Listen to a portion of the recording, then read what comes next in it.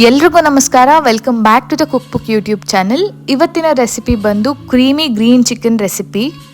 Semi gravy ಟೈಪಲ್ಲಿ ಬರುತ್ತೆ ಈ ಚಿಕನ್ ಗ್ರೇವಿ. ತುಂಬಾ ರುಚಿಯಾಗಿರುತ್ತೆ. ರೆಸ್ಟೋರೆಂಟ್ಗಳಲ್ಲಿ ಸಿಗುವ ಕ್ರೀಮಿ ಚಿಕನ್ ರೆಸಿಪಿ ಥರನೇ ಇರುತ್ತೆ. ತುಂಬಾ ಚೆನ್ನಾಗಿರುತ್ತೆ ಮತ್ತು ತುಂಬ ಸುಲಭವಾದ ರೆಸಿಪಿ. ತುಂಬ ಕಡಿಮೆ ಸಮಯದಲ್ಲಿ ಮಾಡ್ಕೊಬೋದು. ಹೇಗೆ ಮಾಡೋದು ನೋಡೋಣ ಬನ್ನಿ.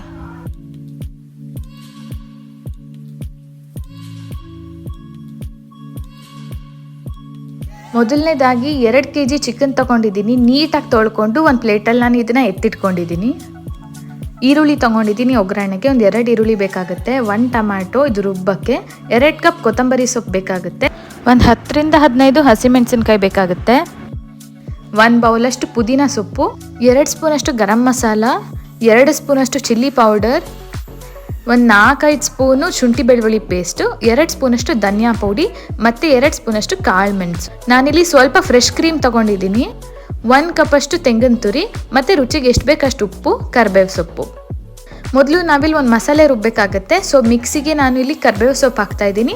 1 ಕಪ್ಪಷ್ಟು ಪುದೀನ ಸೊಪ್ಪು ಹಾಕೋತಾ ಇದ್ದೀನಿ. ಪುದೀನ ಸೊಪ್ಪು ಹಾಕೊಂಡ್ಮೇಲೆ ನಾನಿಲ್ಲಿ 2 ಕಪ್ಪಷ್ಟು ಕೊತ್ತಂಬರಿ ಸೊಪ್ಪನ್ನು ಸೇರಿಸ್ಕೊತಾ ಇದ್ದೀನಿ.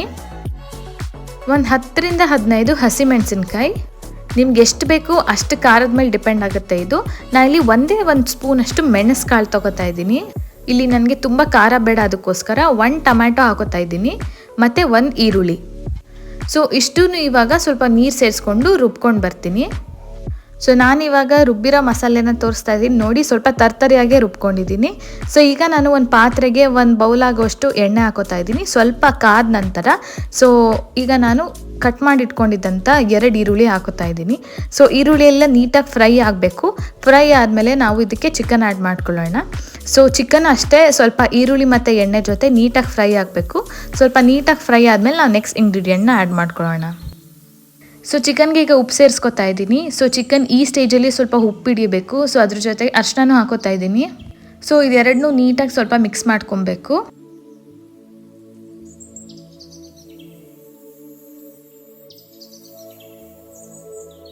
ಸೊ ಎರಡೂ ನೀಟಾಗಿ ಮಿಕ್ಸ್ ಮಾಡ್ಕೊಂಡ್ಮೇಲೆ ಒಂದು ಸ್ವಲ್ಪ ಹೊತ್ತು ಅದನ್ನು ಫ್ರೈ ಮಾಡಾದಮೇಲೆ ನಾವು ನೆಕ್ಸ್ಟ್ ಇಂಗ್ರೀಡಿಯೆಂಟ್ನ ಆ್ಯಡ್ ಮಾಡ್ಕೊಳ್ಳೋಣ.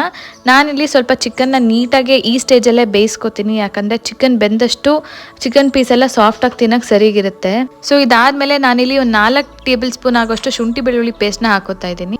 ನೀಟಾಗಿ ಫ್ರೈ ಮಾಡಾದ್ಮೇಲೆ ನೋಡಿ ಚಿಕನ್ ಇಲ್ಲಿ ಸ್ವಲ್ಪ ನೀಟಾಗಿ ಬೆಂದಿದೆ. ಸೊ ಇದಾದಮೇಲೆ ನಾನು ರುಬ್ಬಿರೋ ಅಂಥ ಹಸಿ ಮಸಾಲೆ ಹಾಕ್ತಾಯಿದ್ದೀನಿ. ಮಸಾಲೆ ಎಲ್ಲ ಸ್ವಲ್ಪ ಹಸಿ ವಾಸನೆ ಬಿಡೋ ತನಕ ನೀಟಾಗಿ ಚಿಕನಲ್ಲೇ ಸ್ವಲ್ಪ ಫ್ರೈ ಮಾಡ್ಕೊಳ್ಳಿ. ಮಸಾಲೆ ಎಲ್ಲ ನೀಟಾಗಿ ಚಿಕನ್ ಜೊತೆ ಹೊಂದ್ಕೊಂಡು ಸ್ವಲ್ಪ ಹಸಿ ವಾಸನೆ ಎಲ್ಲ ಬಿಡಬೇಕು. ಅಲ್ಲಿವರೆಗೂ ನಾವು ಇದನ್ನ ಫ್ರೈ ಮಾಡ್ಕೋಬೇಕಾಗುತ್ತೆ. ಒಂದು 2 ಕುದಿ ಬರಲಿ, ಅಲ್ಲಿವರೆಗೂ ಚಿಕನ್ನ ಮಸಾಲೆ ಜೊತೆ ಫ್ರೈ ಮಾಡ್ಕೊಳ್ಳಿ. ಸೊ ಈಗ ಮಸಾಲೆ ಹಾಕಿರೋ ಚಿಕನ್ ಸ್ವಲ್ಪ ಒಂದು 2 ಕುದಿ ಬಂದಾದಮೇಲೆ ನಾನೀಗ 2 ಸ್ಪೂನಷ್ಟು ಗರಂ ಮಸಾಲ ಆ್ಯಡ್ ಮಾಡ್ಕೋತಾ ಇದ್ದೀನಿ. ನೆಕ್ಸ್ಟ್ ಈಗ 1.5 ಟೇಬಲ್ ಸ್ಪೂನಷ್ಟು ಧನಿಯಾ ಪುಡಿ ಆ್ಯಡ್ ಮಾಡ್ಕೋತಾ ಇದ್ದೀನಿ. ಧನಿಯಾ ಪುಡಿ ಇಲ್ಲ ಅಂದರೂ ನೀವು ಸ್ಕಿಪ್ ಮಾಡ್ಬೋದು. ಧನಿಯಾ ಪುಡಿ ಹಾಕೋದು ಆಪ್ಷನಲ್. ಸೊ ಇದೆರಡು ಹಾಕಿ ಸ್ವಲ್ಪ ನೀಟಾಗಿ ಇನ್ನೊಂದು 2 ನಿಮಿಷ ನೀಟಾಗಿ ಇದನ್ನು ಫ್ರೈ ಮಾಡ್ಕೊಳ್ಳೋಣ. ಸೊ ಇದಾದಮೇಲೆ ನಾನೊಂದು 2 ಟೇಬಲ್ ಸ್ಪೂನಷ್ಟು ಚಿಲ್ಲಿ ಪೌಡರ್ ಆ್ಯಡ್ ಮಾಡ್ಕೋತೀನಿ. ಸೊ ಎಲ್ಲ ಮಸಾಲೆ ನೀಟಾಗಿ ಮಿಕ್ಸ್ ಆಗಿ ಒಂದು ಕುದಿ ಬಂದಮೇಲೆ ನಾನಿಲ್ಲಿ ಒಂದು ಸ್ವಲ್ಪ ಫ್ರೆಶ್ ಕ್ರೀಮ್ ಹಾಕೋತಾ ಇದ್ದೀನಿ. ಫ್ರೆಶ್ ಕ್ರೀಮ್ ಹಾಕೊಳ್ಳೋದು ಆಪ್ಷನಲ್, ನೀವು ಅದನ್ನು ಸ್ಕಿಪ್ ಮಾಡ್ಬೋದು. ಫ್ರೆಶ್ ಕ್ರೀಮ್ ಹಾಕೋದ್ರಿಂದ ಆ ಕ್ರೀಮಿ ಕನ್ಸಿಸ್ಟೆನ್ಸಿ ಕೊಡುತ್ತೆ ಚಿಕನ್ಗೆ, ತುಂಬ ರುಚಿಯಾಗಿರುತ್ತೆ. ಸೊ ಫ್ರೆಶ್ ಕ್ರೀಮ್ ಇಲ್ಲ ಅಂತಂದರೆ ನೀವು ಮಸಾಲೆ ರುಬ್ತಿರಲ್ಲ, ಆ ಮಸಾಲೆಗೆ ನೀವು ಕಾಯಿನ ಹಾಕೊಬೋದು. ಸೊ ಕಾಯಿ ಹಾಕೊಳ್ಳೋದ್ರಿಂದನೂ ಫ್ರೆಶ್ ಕ್ರೀಮ್ ಥರನೇ ರುಚಿ ಕೊಡುತ್ತೆ. ಸೊ ಫ್ರೆಶ್ ಕ್ರೀಮ್ನ ನಾನಿಲ್ಲಿ ಬಂದು ಲಾಸ್ಟಲ್ಲಿ ಆ್ಯಡ್ ಮಾಡ್ಕೊಂಡಿದ್ದೀನಿ.